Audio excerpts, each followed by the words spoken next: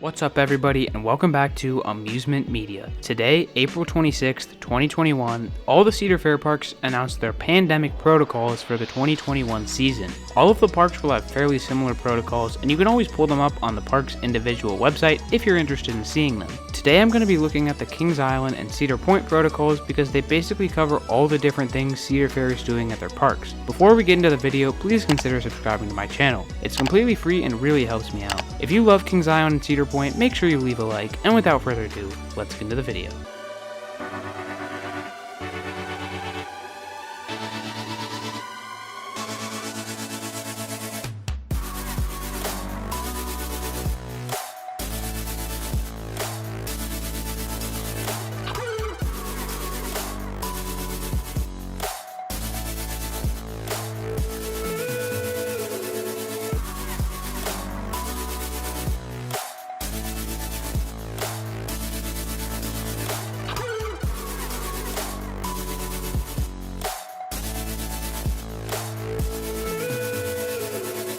First, let's take a look at the protocols for my home park, Kings Island.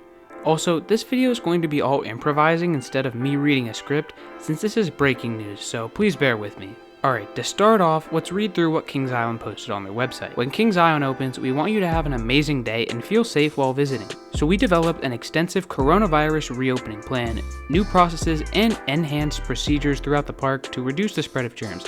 Obviously, we knew all this was going to be happening still because the pandemic is still very much at large, so it's good to see Kings Island still focusing on these protocols and not just throwing them out to the side, though they are very much relaxed compared to last year, which is very good if you ask me. Alright, so let's read through the changes from last season. First off, reservations will only be required for visiting the Soak City Water Park. Both season pass holders and single day ticket holders will need reservations for Soak City. I've already made reservations for May 29th, the first day at Soak City, so if you are there and happen to see me, make sure you say hi. And yeah, so if you're interested in Soak City, make sure you get on there and make a reservation. Now, another big shocking news for me is that they're discontinuing temperature checks. I suppose this makes sense because it is another position that they have to hire and pay, and it doesn't make complete sense to have it because when you're out in the heat, you typically will have a hotter temperature. It probably didn't do much for them anyways. It's alright that that's gone. Next up is that the health screen questionnaire will be conducted by associates at the front gate and will not be conducted through the Kings Island mobile app.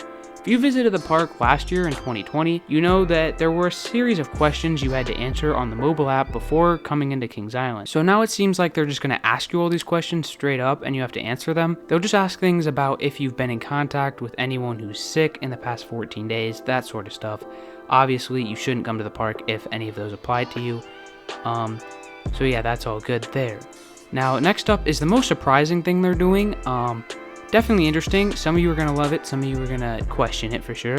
And it is that guests aged 10 and older are required to wear face coverings while indoors unless actively eating and drinking. Face coverings are not required outdoors unless it's impossible to maintain 6 feet social distancing.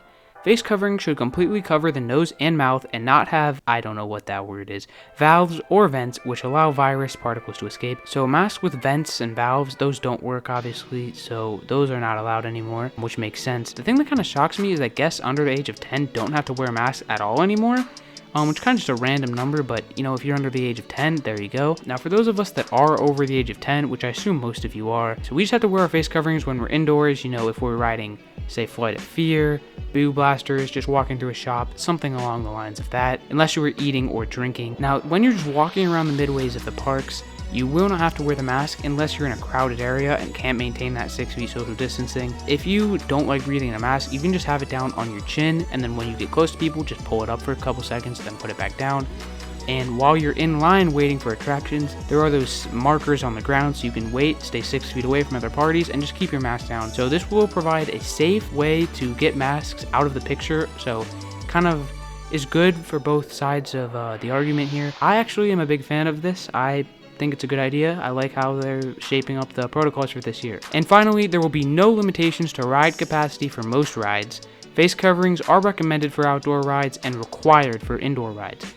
This is absolutely amazing. Last year, if you visited the park, you know they were not running 3 trains on any coasters except for Orion, and they were running pretty much every other row on all the coasters. So the lines were kind of atrocious last year. They were all very long, and the capacity will be much better on these coasters this year, which is a great thing to see. No one likes long lines. So yeah, that's what most Cedar Fair parks will be looking like this year. But real quick, let's also take a look at Cedar Point. Alright, so just like last time, we're going to start off with reading what the park has. When Cedar Point opens, we want you to have an awesome day and feel safe when visiting. So we developed an extensive coronavirus reopening plans, very similar to Kings Island. Obviously, they're both owned by Cedar Fair, so no shock here. The real biggest difference between these two parks, and the real difference between Kings Island and Cedar Point, I mean, it's the real difference between Cedar Point and the rest of the Cedar Fair parks, is that reservations will be required for visiting the dry park of Cedar Point. Now, this is partially probably because Cedar Point is expected to pull some higher numbers than a lot of the other parks.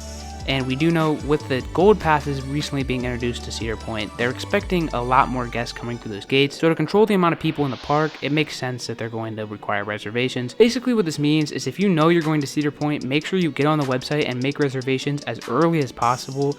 And this really shouldn't be a problem. I'm not really too worried about this. And when I go up to Cedar Point, I'll let you guys know how the reservation system works. And just like Kings Island, if you're visiting Cedar Point's water park, you do need reservations. Very similar to the rest of the Cedar Fair parks, temperature checks are discontinued and the health screening is done at the park instead of in the mobile app. The best thing that I've heard all day, no limitations on the ride capacities, meaning no long lines for all your favorite coasters at Cedar Point. And also, it says nothing here about the access passes that they were doing at Cedar Point, which, while sure they did cause shorter lines for the big 4 attractions, you did have to go around the park gathering these, which took a little while, and then you had to only ride those rides once, which was kind of unfortunate if you are a coaster enthusiast like myself. So it doesn't say anything about access passes, but if I had to take a guess, I would say that they're not going to do them this year, but only time will tell. And then just like the other Ohio park, guests aged 10 years and older are required to wear those face masks indoors unless actively eating or drinking, and face coverings are not required outdoors unless it's impossible to maintain 6 feet social distancing. Alright, so that was a scoop. Let me know how you all felt about it in the comments below, and also let me know if you're going to be visiting any Cedar Fair parks this year, because I'm going to be spending lots of time at them.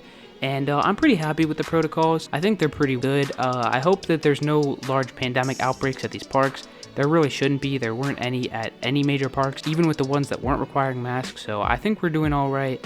I think the mask rule is good. It's going to please a lot of people. And make sure you make reservations if you're going to any of the things that require them. All right, have a wonderful day, guys. Stay safe and keep riding those coasters.